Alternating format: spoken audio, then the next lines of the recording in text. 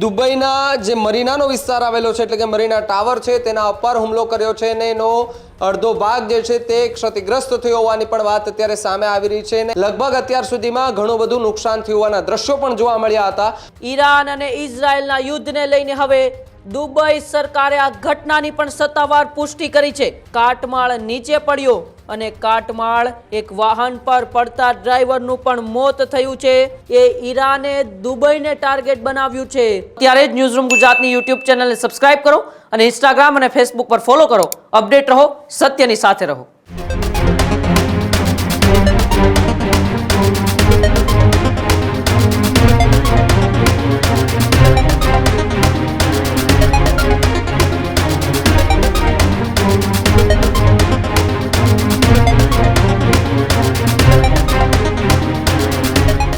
Iran અને ઇઝરાયલના યુદ્ધને લઈને હવે દુબઈ સરકારે આ ઘટનાની પણ સત્તાવાર પુષ્ટિ કરી છે। હવાઈ સંરક્ષણ પ્રણાલીએ ગોળાને અવરોધ્યો હોવાનો દાવો પણ કર્યો છે। ત્યારે અવરોધ દરમિયાન કાટમાળ નીચે પડ્યો અને કાટમાળ એક વાહન પર પડતા ડ્રાઈવરનું પણ મોત થયું છે। ત્યારે યુએઈમાં યુદ્ધ શરૂ થયા બાદ એ મૃત્યુઆંક હવે 4 થયો છે। મૃતકો તમામ વિદેશી નાગરિકો હોવાનું અત્યારે જણાવાયું છે। દુબઈ મરીના વિસ્તારમાં ઘણી ઊંચી અને વૈભવી ઇમારતો આવેલી છે। અધિકારીઓની કહેવા મુજબ હાલ પરિસ્થિતિ નિયંત્રણમાં છે, પરંતુ યુએઈ સંરક્ષણ મંત્રાલયે મિસાઇલ અને ડ્રોનનો જવાબ પણ આપ્યો છે। ત્યારે ફરી એક વખત એ ઈરાને દુબઈને ટાર્ગેટ બનાવ્યું છે। મરીના વિસ્તાર જે ખૂબ જ એ વૈભવી વિસ્તાર ગણાય છે, ત્યાં ઊંચી ઊંચી બિલ્ડિંગો, ઘણી કોર્પોરેટ એ હાઈ લેવલની એ ઓફિસો પણ આવેલી છે, જ્યાં લોકોની અવર જવર એ સતત હોય છે।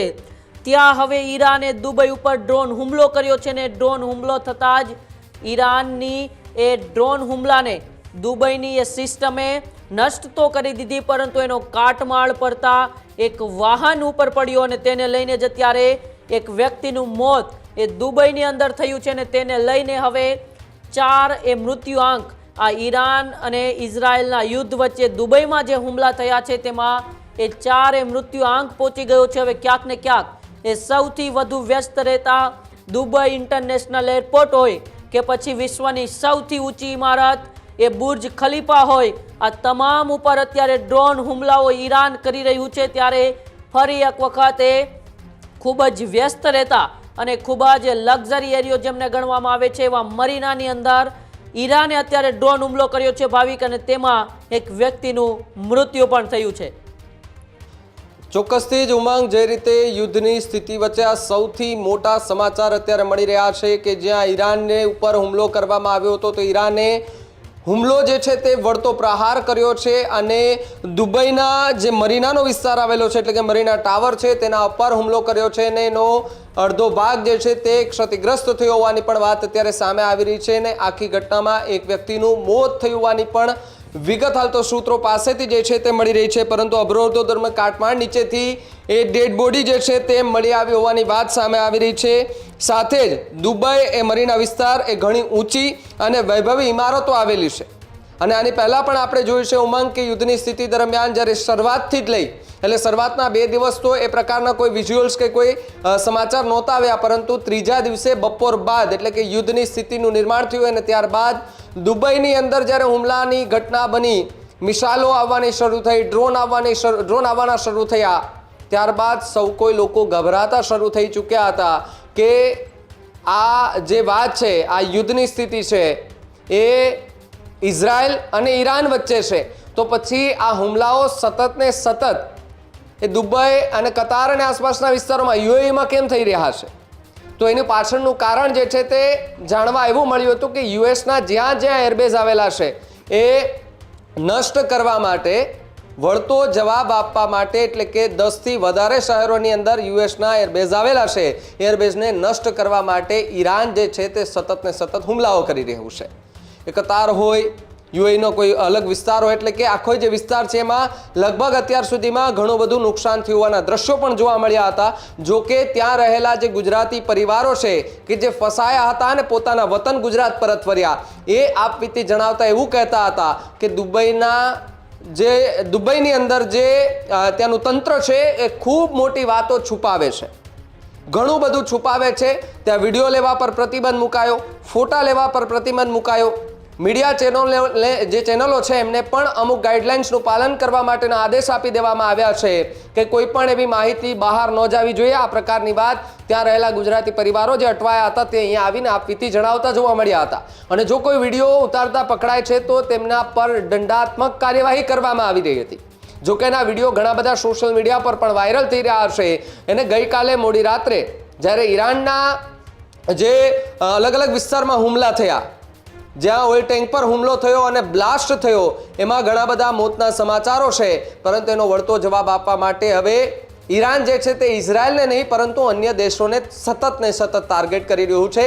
એમાં યુએઈનો જે વિસ્તાર છે એ વિસ્તારની અંદર પણ અત્યારે જોવા મળી રહ્યો છે. અને આ ટાર્ગેટ એ અત્યારે જે મરીનાનો જે વિસ્તાર આવેલો છે, એટલે કે જે મરીના ટાવર છે, એ મરીના ટાવરની આસપાસના વિસ્તારોમાં સતત બોમ્બ મારો હોય, મિસાઇલો, બેલિસ્ટિક મિસાઇલોથી હુમલા કરી રહ્યા છે. ને જે વૈભવી ઇમારતો છે એને ત્યાંથી જે મિસાઇલો પસાર થતી એ જે બિલ્ડિંગોમાં જે લોકો રહે છે એમાં ક્યાંક ને ક્યાંક ભયનો માહોલ અત્યારે જોવા મળી રહ્યો છે. પરંતુ દુબઈની અંદરથી એવા પણ સમાચાર છે કે ભલે ગમે એટલું થાય પણ અહીંયા તો શાંતિ જેવો માહોલ છે. પરંતુ માત્ર ને માત્ર આ કહેવા પૂરતી વાત છે, બાકી ડરનો માહોલ એ આજે પણ જે છે તે યથાવત જોવા મળી રહ્યો છે. સતત ને સતત આ હુમલાઓ એ વધતા જતા જોવા મળી રહ્યા છે. મોતના આંકડાઓ સતત ને સતત વધતા જોવા મળી રહ્યા છે. એની વચ્ચે યુએઈના જે મરીના ટાવરનો ભાગ છે ત્યાં હુમલો કરવામાં આવ્યો હતો અને જે કાટમાળ છે એ પડ્યો હતો, એ હટાવવાની કામગીરી દરમિયાન એક વ્યક્તિનો મૃતદેહ મળ્યો હોવાની પણ વાત અત્યારે સામે આવી રહી છે. સત્તાવાર રીતે એ વાત સામે આવી રહી છે, જેમાં મૃતકો તમામ વિદેશ નાગરિકો હોવાનું પણ જાણવા મળી રહ્યું છે. અને દુબઈ મરીનાનો જે વિસ્તાર છે એની આસપાસ એ અધિકારી મુજબ હાલ પરિસ્થિતિ નિયંત્રણમાં છે. યુએઈ સંરક્ષણ મંત્રાલયે મિસાઇલ અને ડ્રોનનો વળતો જવાબ જે છે તે પણ આપ્યો હોવાની વાત અત્યારે સામે આવી રહી છે. અને હજુ પણ આગામી સમયમાં ઈરાન છે એ યુએઈના આસપાસના વિસ્તારોમાં હુમલા કરે તેવી પૂરેપૂરી સંભાવનાઓ જોવા મળી રહી છે. કારણ કે ગઈકાલે રાત્રે ઈરાન પર જે હુમલો થયો એ ખૂબ મોટો હુમલો અત્યાર સુધીનો કહી શકાય ઈરાન પર. કારણ કે ઈરાને ઘણી બધી બેલિસ્ટિક મિસાઇલોથી 10 થી 12 જેટલા શહેરોની અંદર જે બોમ્બમારો કર્યો હતો ને એમાં નુકસાન થયું હતું. તો સામે પક્ષે હવે ઇઝરાયલ અને યુએસ સાથે મળીને ઈરાન જે છે તેને તબાહ કરવા માગે છે, ઘૂંટણીએ બેસાડવા માગે છે. પરંતુ સામે ભલે એક દેશ છે એવો, પણ એ પણ મજબૂતીથી બે દેશ સામે લડી રહ્યો છે. ને હવે બાર એવી જગ્યાઓ છે, બાર એવા દેશ છે કે જ્યાં એ ત્યાં સતત ને સતત બોમ્બમારો કરી રહ્યા છે. એટલે કે સામે એક જ એવો દેશ ઈરાન છે અને બીજી બાજુ ઘણા બધા એવા દેશો છે કે જે હવે આમને સામને જોવા મળી રહ્યા હતા. વર્લ્ડ વોરની વાત કરવામાં આવી રહી હતી અને વિશ્વ યુદ્ધ ત્રીજું જે થાય તેવી સંભાવનાઓ એ ચર્ચાઓ થતી હતી.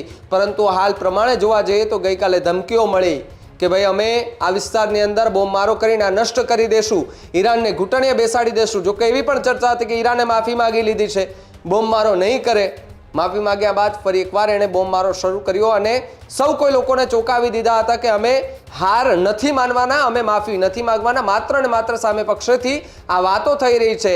જોકે પોતાના એ વિસ્તારને બચાવવા અને પોતાના વિસ્તારને રક્ષણ આપવા માટે, શક્તિ આપવા માટે ડોનાલ્ડ ટ્રમ્પે પોતાના એ ઓફિસની, વ્હાઇટ હાઉસની ઓફિસ છે તેની અંદર જે કાદરીઓ જે છે તેમને બોલાવ્યા અને પછી ત્યાં એ પૂજા પાઠ જે છે તે કર્યા. એના વિડીયો પણ સામે આવ્યા હતા. બધા જ વિડીયો આપણે અત્યાર સુધી જોયા છે. પરંતુ હવે એ જોવાનું રહ્યું કે આગામી 48 કલાકમાં કયા પ્રકારની સ્થિતિનું નિર્માણ થાય છે.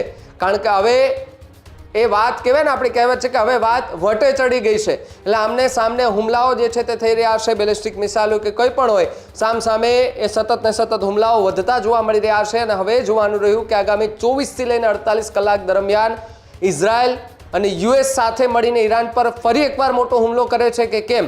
કારણ કે અત્યાર સુધીનો સૌથી મોટો ઈરાન પર હુમલો હોય તો એ ઓઇલ ટેન્ક પર ઉપર હતો. અને ઓઇલ ટેન્ક જ્યારે બધું નષ્ટ થઈ ચૂક્યું છે એટલે કે ઈરાનને આ સૌથી મોટો અત્યારે આ યુદ્ધમાં ફટકો પડ્યો હોય તેવું પણ અત્યારે આપણે કહી શકીએ છીએ. ત્યારે જવાબ આપવા માટે ઈરાન જે છે તે શાંત નથી બેસવાનું તેવું પણ અત્યારે ચર્ચાઈ રહ્યું છે. ત્યારે હવે જોવાનું રહ્યું કે આજે સાંજ સુધીમાં કોઈ નવી અપડેટ આવે છે કે કેમ, અથવા તો આ યુદ્ધની સ્થિતિ ક્યારે સામાન્ય થઈ શકે એ કહેવું પણ અત્યારે ઉમંગ ખૂબ અઘરું થઈ ચૂક્યું છે. કારણ કે માફીની વાત હતી ત્યારે સૌ કોઈ કહેતા હતા કે કદાચ શાંત પડી ગયું, પરંતુ સામે પક્ષે હુમલો કર્યો તો અહીંયાથી પણ બેલિસ્ટિક મિસાઇલોથી સતત ને સતત જે છે તે હુમલાઓ શરૂ કરી દેવામાં આવ્યા હતા, જેને લઈને હાલ તો યુદ્ધની સ્થિતિ જે છે તે ખૂબ ખરાબ થતી જે છે તે ઉમંગ જોવા મળી રહી છે. જી બિલકુલ, આભાર ભાવિક સમગ્ર માહિતી બદલ. ત્યારે જ ન્યૂઝરૂમ ગુજરાતની યુટ્યુબ ચેનલને સબસ્ક્રાઇબ કરો અને ઇન્સ્ટાગ્રામ અને ફેસબુક પર ફોલો કરો. અપડેટ રહો, સત્યની સાથે રહો.